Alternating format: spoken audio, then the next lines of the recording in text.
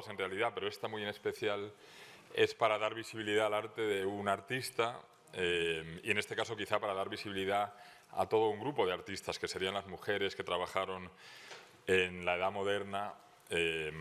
frente a una sociedad que tenía muchos prejuicios que impedían que desarrollasen su actividad en el ámbito profesional, no solo en el mundo de la pintura, sino en muchos otros. Algunas lo hicieron y las que lo hicieron han recibido también menos atención que muchos de sus colegas y es, por lo tanto, con el ánimo de darle visibilidad que hemos hecho esta exposición y que iniciamos el ciclo de conferencias hoy también. Insisto en esta doble vertiente, dar visibilidad por un lado y por otro lado estudiar a esta artista mejor de lo que se le ha podido estudiar en el pasado. No sabemos mucho de ella, consecuencia de lo que os acabo de decir, ¿no? El cuadro que tenéis a la izquierda en la pantalla es el primero que conocemos de Clara Peeters, está firmado en 1607. Es un cuadro que muestra a un artista que aún está aprendiendo si lo comparamos con los cuadros que firma en 1611, que son los siguientes, por ejemplo el que tenéis ahí a la derecha en la pantalla. Lo lógico es pensar, por lo tanto, que una persona que en el año 1607 le cuesta todavía pintar, por ejemplo, un volumen de 3 dimensiones, como es el candelabro, si 3 años después sabe pintarlo bien y si ha empezado a pintar en la edad habitual en ese momento, que era en torno a los 12 años, se ha empezado a formar en ese momento más o menos, pues bueno, que tuviese unos 16, 17 años, que hubiese nacido en torno al año 1588, 90, una cosa así, ¿no? Tenemos que adivinar los datos sobre la vida de Clara Peeters mirando sus cuadros, con muy poca información que nos habla personalmente de ella. El cuadro que veis a la derecha es un cuadro, como os digo, de varios que están fechados en 1611, hay unos pocos fechados también en 1612 y el siguiente ya no está fechado hasta 1621 y es el último que conocemos fechado.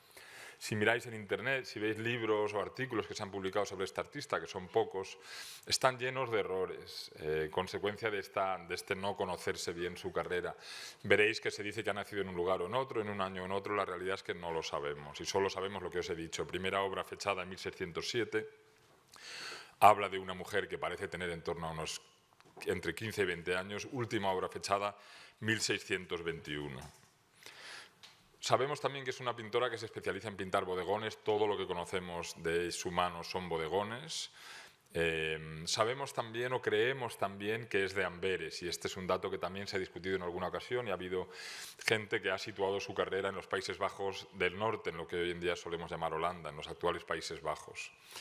¿Por qué pensamos que es de Amberes y no de los Países Bajos? Bueno, hay un inventario, 1628, creo recordar,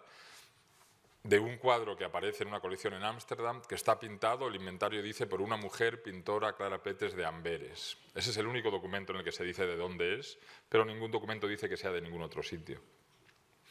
Además de eso, ella pinta sobre tablas de madera de roble, que son tablas que tienen el sello del gremio de madereros de Amberes en varios casos y que son tablas que pertenecen un poco al máximo nivel del tipo de soporte que se usaba para el arte de la pintura en Europa y en Amberes especialmente, insisto, con el sello del gremio de madereros de Amberes, roble que se importaba desde el Báltico pero que se convertía en soporte para pintura en esa ciudad. Conocemos un solo caso, lo lógico es que haya muchos más, pero conocemos un solo caso de un cuadro pintado sobre un soporte de Amberes que se haya pintado en otra ciudad. Es un cuadro que se pintó en París, con lo cual, si varios de sus cuadros tienen madera, roble del Báltico, pero sellado en Amberes, lo lógico también es pensar que pintase en esa ciudad. Y por último, varios de sus cuadros tienen unos cuchillos de plata, que vamos a ver un poquito más adelante, y en varios de esos cuchillos, sobre la hoja, está el sello de los plateros y además de ello, el sello de la ciudad de Amberes, que es una mano abierta, ¿no? O sea que, de nuevo, varias razones para pensar que trabajó en Amberes, que además era uno de los principales centros productores de pintura de Europa, lo venía siendo en este momento en torno a aproximadamente un siglo. Recordar en la exposición del Bosco, varios cuadros que vimos en la exposición del Bosco están pintados para mecenas de Amberes, aunque él pinte en otro lugar, ¿no? Amberes es uno de los grandes centros comerciales y económicos de Europa en ese momento y un gran centro que consume pero que también produce mucha pintura, seguramente el mayor exportador neto de pintura en esta época en Europa, en competencia con algunas ciudades italianas. El género del bodegón. El cuadro que veis arriba a la izquierda es de Clara Peters y los demás, el que está arriba a la derecha, es de Caravaggio. El que veis debajo de Clara Peters es de un tal Osias Bert, un pintor importante de Amberes también, y el que está a la derecha es de Sánchez Cotán. Es importante situar a Clara Peters en este contexto de este nuevo producto que se está pintando en Europa en este momento, basándose en algunos precedentes que menciona Plinio de pintores que pintaban pequeños temas en la antigüedad. Surge muy en los últimos años del siglo XVI este nuevo género de pintura, un nuevo tema que están pintando los pintores intentando encontrar mercado. Caravaggio pinta su cesta de frutas que está en la Pinacoteca Ambrosiana para el cardenal Federico Borromeo de Milán en los últimos años del siglo XVI, 1596 a 1600 se fecha, dependiendo qué autores se leen. Sánchez Cotán pinta el suyo en 1602. Y el cuadro de Osias Bert es un cuadro que tiene la fecha de 1604. Todos ellos, por lo tanto, son un poquito antes que Clara Peters, que pertenece a la segunda generación, pero de lo que aún es un incipiente movimiento, una manera de fijar la atención en un nuevo tipo de tema y de buscar un nicho de mercado que hasta ese momento no existía. Se ha dicho en muchas ocasiones que Osias Bert es un posible profesor o maestro de Clara Peters, es posible sencillamente por fecha, es de Amberes y está ya en el gremio en el año 1602, con lo cual es un poquito mayor que ella, ya no podía haber pintado un cuadro de esa calidad en 1602, considerando el que conocemos de 1607, pero sencillamente no lo sabemos, no sabemos con quién se forma ella, solo sabemos que es parte, insisto, de esta grupo de pintores que en distintos sitios de Europa están pintando cuadros que son radicalmente diferentes a todo lo que se ha pintado hasta ese momento. Esto en Amberes va a ser especialmente contracorriente, porque en Amberes, durante los años que sabemos que vive Clara Peters, es una ciudad muy dominada por un arte que es justamente lo contrario del realismo que proponen los pintores de bodegones. Es un arte muy idealista, formalmente muy florido, ¿no? Que es el arte de Rubens y de aquellos que le siguen. Rubens debe tener aproximadamente unos 10 años más que Clara Peters y domina el ambiente artístico de Amberes absolutamente. Y por lo tanto pintar de una manera distinta al pintor de más prestigio de Europa, que además es de tu ciudad, en esa ciudad, pues implica un espíritu, digamos que alternativo, pionero, valiente. Mujer pintora pintando un género que es muy novedoso y además pintándolo en una ciudad en la que hacerlo pues es ir más a contracorriente que en otros lugares. Es muy importante para mí, lo ha sido, viendo estos cuadros, intentando crear una narración en mi propia mente sobre la importancia, el valor o el significado que tiene el arte de Clara Peters, compararla, recordar por qué el realismo es una cosa tan novedosa en ese contexto. Y un cuadro con el que me parece que podemos contrastarlo muy bien es este cuadro del Bosco, esta adoración de los magos que pertenece al Museo del Prado, que uso aquí como ejemplo de este término muy genérico que es el de arte idealista. Y pensar en los siguientes términos, pensar que la razón de ser del arte, no solo de la pintura, también de la filosofía, incluso de la literatura, hasta este momento ha sido, y estoy generalizando mucho, creando un esquema quizá un poco simplista, pero creo que en última instancia es cierto y es importante, hasta este momento ha sido idealista, ha pensado que el objetivo último y único en realidad del arte es elevarnos, llevarnos a un lugar superior, que no tiene necesariamente que ser un lugar identificado con un credo religioso, no tiene por qué ser el cielo cristiano, pero sí que es elevar nuestro espíritu. Hacer que anhelemos algo superior a nosotros, hacer lo que Platón dice que es la existencia, ¿no? Que es un camino en el que lo único que hacemos es hacernos ecos muy distantes de una realidad superior y que en algunos momentos, ante el arte y ante la naturaleza, por ejemplo, sentimos un anhelo que es un eco y que nos recuerda que hay un más allá que es mejor que la vida que vivimos en la tierra. Y eso es lo que pinta el Bosco y por eso el paisaje que veis en la parte superior de este cuadro y el cielo y la ciudad, sobre todo el cielo, son tan espectacularmente maravillosos porque el éxito del Bosco es precisamente ofrecernos la promesa de algo mejor de manera que podamos creer en ella, ¿no? Que abandonamos quizá la razón y nos abandonamos a la poesía visual en este caso. Eso es lo que deja atrás el realismo. Para la tradición idealista, que representa Bosco, Rafael, todo el Renacimiento italiano, y muy insistentemente, muy enfáticamente Rubens y toda la gente que pinta como él en el 17 también, para ellos pintar la realidad, lo que nos rodea, es completamente absurdo, ¿no?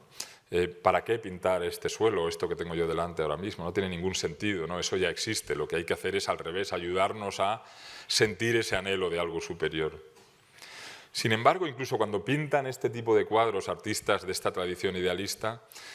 ellos también utilizan el truco, llamémosle, de ayudarnos a sentir empatía por lo que estamos viendo a través de acercarnos a algunas cosas. Por ejemplo, en este cuadro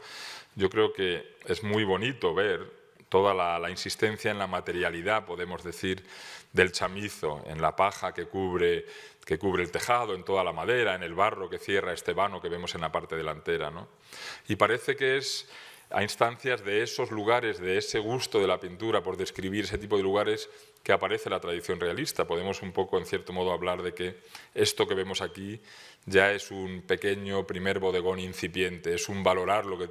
tenemos en nuestro entorno, es un valorar lo que existe aquí y ahora. Esa es una larga tradición que irá creciendo en la cultura europea, que es parte de la identidad filosófica de los europeos hasta bien entrado el siglo XIX, por lo menos, y yo creo que hemos abandonado recientemente esta idea del idealismo. Y uno de los momentos en los que uno empieza a sentir algo diferente, que algo diferente empieza a interesar y a ocurrir, es precisamente con el naturalismo o el realismo. Pensar, por ejemplo, que el siglo XIX en pintura, el impresionismo y el realismo, pues ellos reivindican la herencia de la pintura de bodegones en el siglo final del XVI y el XVII y reivindican la herencia de realistas o naturalistas como Velázquez, por ejemplo, como algún Rembrandt, ¿no? Bueno, pues todo eso ha surgido en contraposición al idealismo que vemos en este cuadro del Bosco y que es fundamental comprender a qué se enfrentaban para comprender también la importancia de la alternativa. Yo recuerdo personalmente ser parte de una generación que creció en Madrid, en España, admirando un cierto tipo de pintura que siempre era la naturalista, la realista. Ese era el canon, ¿no? El idealismo era una cosa que el naturalismo había superado y para mí lo que fue un gran descubrimiento a medida que fui creciendo interesándome por el arte fue precisamente la tradición idealista y no al revés. Pero para ellos, ellos se entienden a sí mismos y se ofrecen como alternativa a un lenguaje dominante no solo en la pintura, sino en la manera de entender la vida y el mundo. Algunas cosas más que sabemos de Clara Peйтers. Siempre tenemos que entresacarlas de ver sus cuadros. Bueno, sabemos que las mujeres, cuando pintaban en el siglo XVI, XVII, en la Europa de la Edad Moderna, lo hacían normalmente en base a dos excepciones, o eran hijas de familias aristocráticas que les permitían desarrollar actividades que para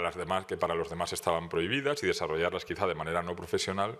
o eran hijas de pintores y por lo tanto no tenían que salir de su hogar con 12 años, ingresar en la casa de otra familia, de la familia de un maestro pintor y vivir ahí unos 3 o 4 años, recibir educación, comida y cama a cambio de trabajar al servicio de aquel pintor. Eso era algo que estaba mal visto para una mujer joven, ¿no? Muchas de las pintoras o de las pocas pintoras que hay en esta época, algunas de ellas, sobre todo las que son aristócratas, como por ejemplo Sofonisba Anguissola, siempre se dice, creemos, aunque son cosas que quedan por estudiar, que no cobraban por su trabajo, eran cortesanas. Sofonisba, por ejemplo, viene a trabajar a la corte de Isabel de Valois, la madre de Isabel Clara Eugenia, una mujer de quien hablaremos un poquito más adelante, ¿no? Y no cobra por su trabajo como pintora, hace retratos de gente de la corte, pero no cobra por eso. Ella es como una mujer de la nobleza, es miembro de la corte. Por lo tanto, a mí me interesaba saber si Clara Peйтers, de quien no sabemos nada, de dónde viene, quiénes son sus padres, ni de qué tipo de familia viene, si podría ser una pintora aficionada, y eso nos podría hablar de que es una mujer que, bueno, que quizá sí pertenece a un tipo de clase social que la permite pintar, pero no profesionalmente, no para ganarse la vida. Pero, sin embargo, hay cosas en sus cuadros que nos confirman que es una mujer claramente que pinta de forma profesional. El uso de soportes muy valorados, por un lado, que ya os he mencionado. La repetición en muchos de sus cuadros de algunos elementos, como por ejemplo, vaya por Dios, como por ejemplo, bueno, los saleros que veis aquí y aquí. Si dibujáis uno de estos saleros o si lo calcáis y movéis ese calco al otro cuadro, son exactamente iguales. Lo mismo pasa con los platos de porcelana y con varios elementos en varios de sus cuadros. Algunas veces se repiten de forma idéntica, en otras veces se repiten con pequeñas variaciones.